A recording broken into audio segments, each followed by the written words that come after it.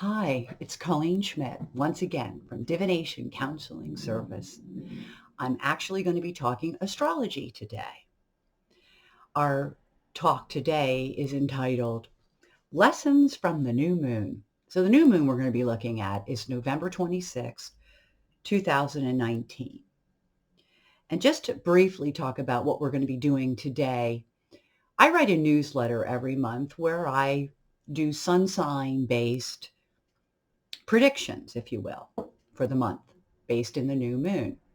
But I would like to generally send along another article where I do another predictive technique based in the new moon, but one that's either in the Aries point or the sun axis, so that there's a broader prediction based opportunity, if you will. Also, because I always have the objective of teaching astrology whenever I can. So it's a way of teaching astrology. So today we're going to be looking at that sun-moon axis, which is one of the techniques that I use. But today, so that I don't overwhelm everyone, I'm going to be looking at only those asteroids, if you will, that fall right on the sun-moon in the dial. So we're going to be talking about a dial. We're going to be using the dial as the basis for the work we're going to be doing today. If you are somebody who is unfamiliar with the dial, please check out the website divinationcounselingservice.org, where I have several articles and I believe video clips on the dial. You might want to familiarize yourself with how I come up with what I am going to be describing here today. I'm going to be looking at the sun itself is 4 degrees of mutable. Sagittarius, but let's just go to the dial. So we're talking mutable. I'm going to be giving you asteroids, and they fell in combination. So we're going to be talking about asteroid pairs that fall anywhere from 3 degrees to 5 degrees of mutable. What that means is that they will be either conjunct, square, or oppose the sun-moon combination. So that means they're going to be very important during the next month. You're going to see them on a relatively daily basis, these particular asteroids. I chose a series of asteroids that showed up in pairs. So they are already in conjunction of one another. They are all of them within 1 degree of each other, and they are within that degree that I'm going to be using on the dial to look at what's going on with our sun, our story, to begin to build our storyline. The first pair that I want to look at is Higia and Money.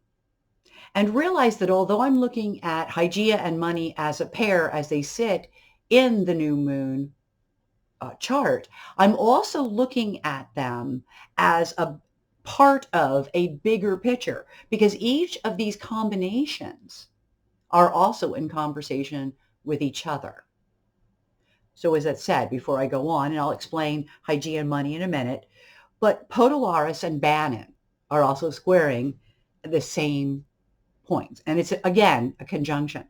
But it doesn't mean that Podalaris, which is a health asteroid, and Higia is also health and well-being. They are interacting. Podalaris, that's an obvious because it's a similar asteroid, if you will. But Podalaris puts more emphasis because Podalaris and Higia have a similar value here.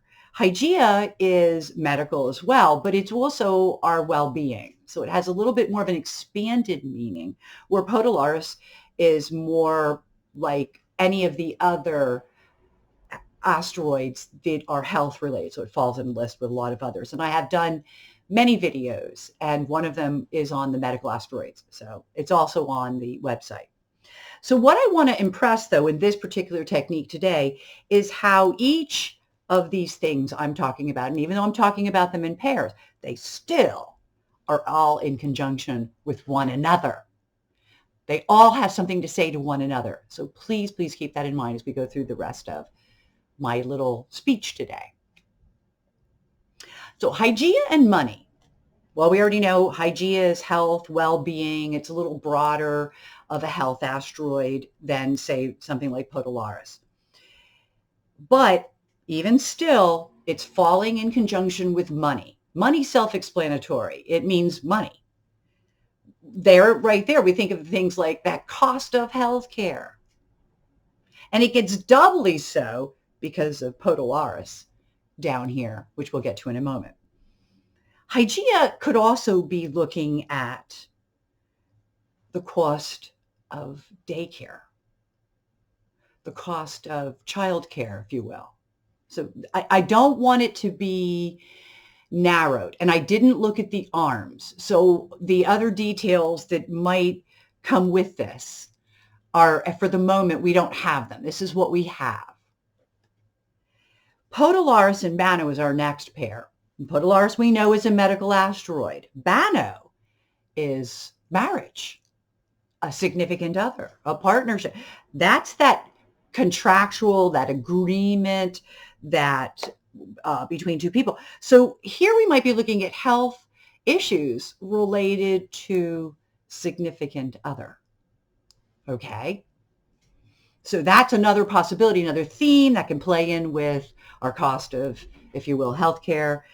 And then we move on to Phaethon and Industria. Phaethon is vehicles. Phaethon right away is car. But Phaethon is also things that are out of control. When I see Industria, which is production, productivity, I think of working overtime, work that's out of control. So be aware that for some people, that's going to be an issue.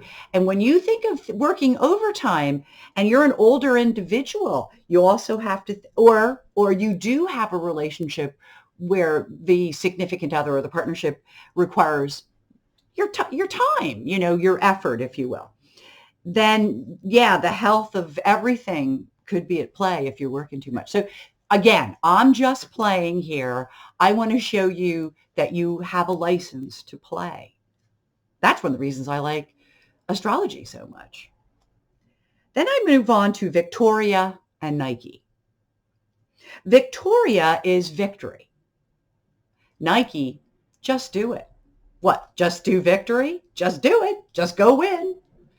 But when you think about this combination, maybe being victorious requires just doing it. But think about Phaethon Industria. You have to work overtime. Some of us for healthcare, for financial reasons, healthcare. We have to do that. And maybe the only way to get through it is to just do it. Victory. The last set that I want to look at is Hidalgo and academia. And they fell together also in this literally 2 degrees on the dial. That's everything fell there. So they're all kind of speaking to each other. Big conversation going on there. Now, the interesting thing is Hidalgo is about not speaking up. Are people not speaking up about what they know? Academia. If somebody has knowledge and they're imparting that knowledge, that's an academia. Okay? So think about that. Is somebody not saying something? And why are they not saying something? Are they saying because they don't know academia? Or are they saying because they don't know what the reaction is going to be? So people not speaking up, and people in education maybe not speaking up. Maybe there's something going on about an education, or maybe somebody's not talking about being in an educational program. A lot of things to look at here. I just think it's a lot of meat for us to play with. And I thought it'd be a really interesting way to approach this new moon. So this is what I've come up with. In any event, I hope that you gained through the experience. I hope you had as much fun as I did just pulling these out and looking at them. And most importantly, I hope you learned something. But if you have any questions, whether it be tarot or astrology, please check out the website divinationcounselingservice.org or get a hold of me directly through the website. If you're interested in a reading, I do private work. I have a clientele. I'm a very fortunate person. I'm able to do this for a living. But if you have a question, if you'd like me to look at something, please, once again, get a hold of me through the website and I'll get back to you ASAP. The website directly hooks up to me. Again, the website, Divination, Divination, divinationcounselingservice.org. I look forward to hearing from all of you. In the meantime, as always, happy readings. Until next time.